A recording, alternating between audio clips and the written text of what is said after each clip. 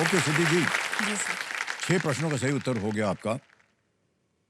7वां प्रश्न आ रहा है 1 लाख रुपए का, और वो 1 लाख रुपए जीतने के लिए आपको इस अगले प्रश्न का उत्तर देना पड़ेगा जो अब रहा आपके पर्दे पर। ये आ गया है, भारतीय विदेश व्यापार संस्थान की स्थापना किस मंत्रालय के तहत की गई थी? The Indian Institute of Foreign Trade was established under which ministry? Options: A. Power, B. Jal Shakti, C. Commerce and Industry, या D. Youth Affairs and Sports. विदेश व्यापार संस्थान। सर ट्रेड है तो कॉमर्स होना चाहिए, commerce and industry. Sir go with option C. Option C. जी sir. A विद्युत, बी जल शक्ति, सी वाणिज्य और उद्योग, डी युवा मामले और खेल। ये कह रही हैं वाणिज्य और उद्योग। सी पे ताल लगाने के लिए सी पे ताल लगा जाए। बिल्कुल सही जवाब दिया है।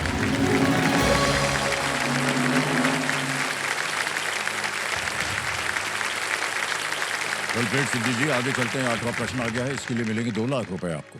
रेडी? अगला प्रश्न आपके पर्दे पर ये रहा।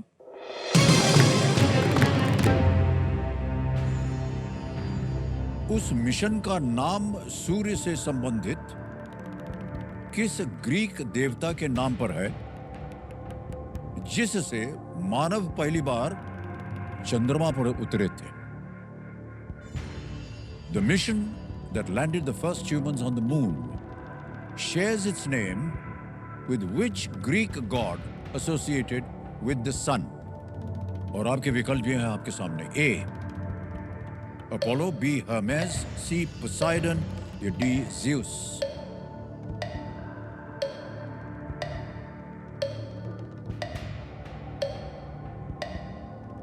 सर ऑप्शन सी और डी तो कोई मिशन का नाम नहीं है। Apollo is related to sun और ये मिशन रहा है नासा का, जहाँ पर नील आर्मस्ट्रॉन्ग जो है वो पहली बार मून पे गए थे। ऑप्शन ए होना चाहिए।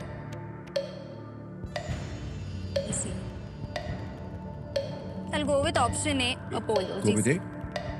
ए के लिए साथ जाना चाह रहे हैं। बहुत सारा इन्होंने इतिहास भी दे दिया इसके बारे में। ताल लगाया जाए, देखें सही होता है कि नहीं। बिल्कुल सही जवाब दिया आपने। कपिल जी जो हमारे एक्सपर्ट हैं बता रहे हैं कि अपोलो 11, अपोलो 11 नामक अमेरिकी अंतरिक्ष उड़ान के दौरान, और बिल्कुल आपने सही कहा, नील आर्मस्ट्रॉन्ग और एडविन ऑल्ड्रिन जूनियर 20 जुलाई 1969 को चंद्रमा पर उतरने वाले पहले मानव बने थे वो। और अपोलो सूर्य और कविता के अलावा अन्य चीजों के ग्रीको रोमन देवता थे। अपोलो 1969 की बात, चांद पर पहुंच गए। बहुत से जो लेखक गण थे, जो कवि गण थे, जब ये हुआ तो उनको बड़ा बुरा लगा। हमने ऐसे ही पूछ लिया उनसे, क्यों? अरे यार, चांद को लेकर हम लोग कविता लिखते थे और क्या क्या करते थे, और उधर एक तो आदमी घूम रहा है, कैसे लिखे? बहुत निराश हो गए थे वो लोग। सही बात है, देखिए। और ऐसे दीजिए, आ गया है नवा प्रश्न। 3 लाख रुपए इसके लिए मिल सकते हैं आपको। अगला प्रश्न ये रहा आपके सामने।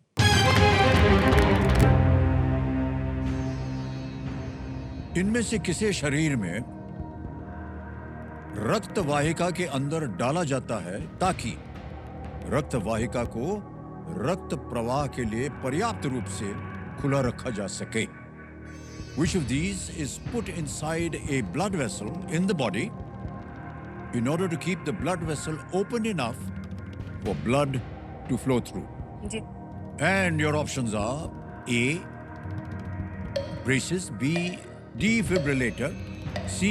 sutures, या D. stent.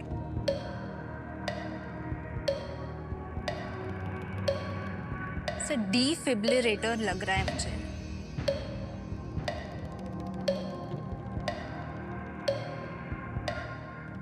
Fifty 50 lifeline. 50-50, अरे शांत हो जाइए। 50-50 लाइफलाइन को अंकित कर दिया जाए।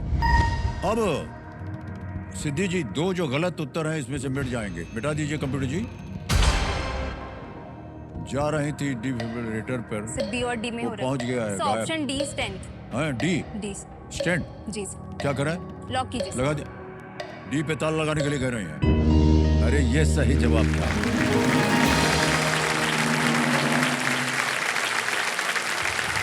स्टेंट जो है वो एक बहुत ही छोटी पतली सी एक मेटल वो होती है, प्लास्टिक की ट्यूब होती है, वो लगा देते हैं और ब्लड फ्लो जो है वो हृदय तक अच्छी तरह से पहुंच जाता है। बहुत से लोगों का जो ये जो है वेन्स वगैरह ये ब्लॉक हो जाती हैं हाँ और आमतौर पर जब मान लीजिए 90, 95, 98% तक ब्लॉकेज हो जाता है, पता चल जाता है जब वो टेस्ट करते हैं, एमआरआई वगैरह करते हैं ना, जी तो उससे पता चल जाता है ब्लॉकेज है।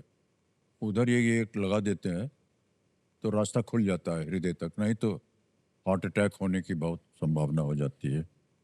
हम तो गुणी नहीं हैं मेडिकल में, आपने फार्मा किया हुआ है, हम आपको पढ़ा रहे हैं, बताइए।